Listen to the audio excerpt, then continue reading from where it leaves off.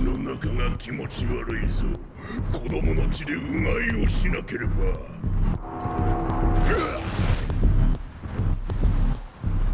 うがいをした後は前妻に生娘だな。メインは肉好きのいい男、デザートは妊婦がいい。俺の胸返せ。私の血を飲んでる。気持ち悪い。貴様の血など飲む気も起こらんわ。ポチタがいなくなった時があった。朝起きたらポチタはいなくて、街中を探しても見つからない。悪魔に食われちまったって思ったけど、家に帰るとポチタは泣きながら俺を待っていた。ほっとしてそのまま一緒に寝たのを覚えてる。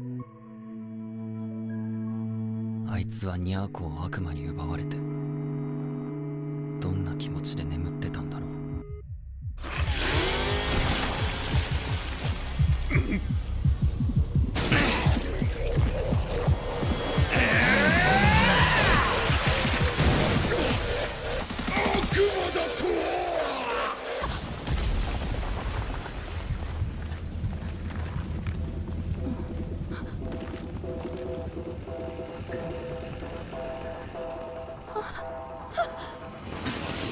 バカが食っちまうぞ。人を逃がした。悪魔のくせに何がしたいんだ。てめえが腹裂いて胸もむんだよ。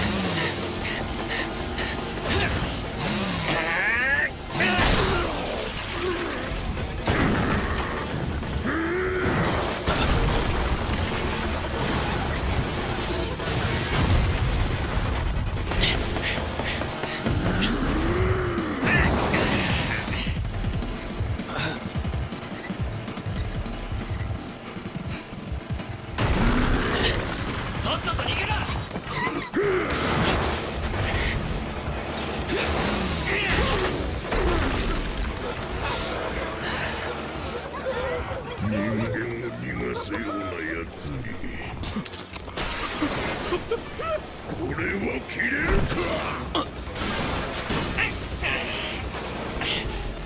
チャンスを引っ込めれたな。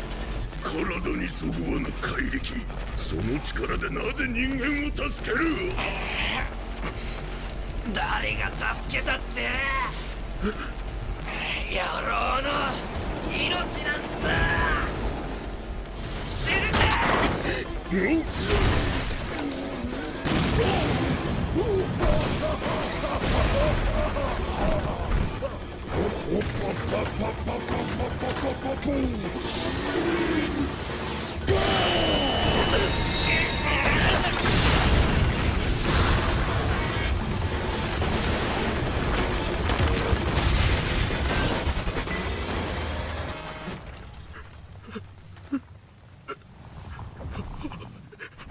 まずは回復だ。